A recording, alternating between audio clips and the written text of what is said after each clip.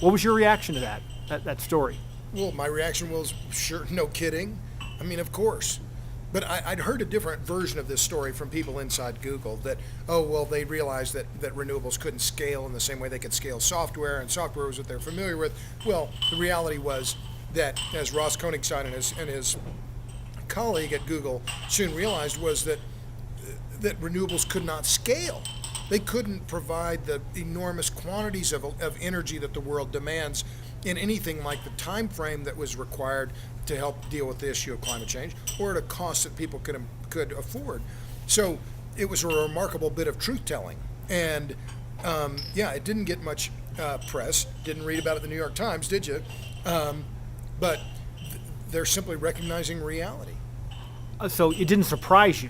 Their conclusions did not surprise you? I was not surprised in the slightest, because anyone who's looked at these issues and looked at the enormous scale of global energy use today, of 31 Saudi Arabias, 235 million barrels of oil equivalent consumption per day, 220 million barrels of oil equivalent per day just in the form of coal, oil, and natural gas.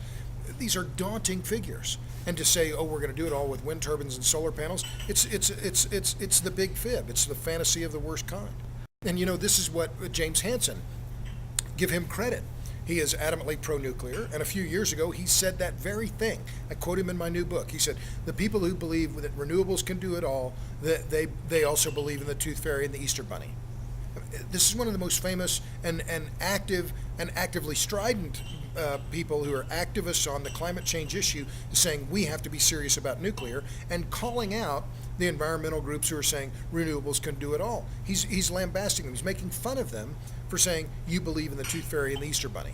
Well, I'm right there with him.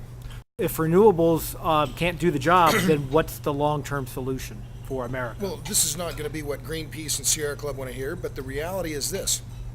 America's energy mix for the next 20 to 30 years, the global energy mix for the next 20 to 30 years is going to look a lot like what it is today, which is reliant on coal, oil, and natural gas. Energy transitions happen very slowly.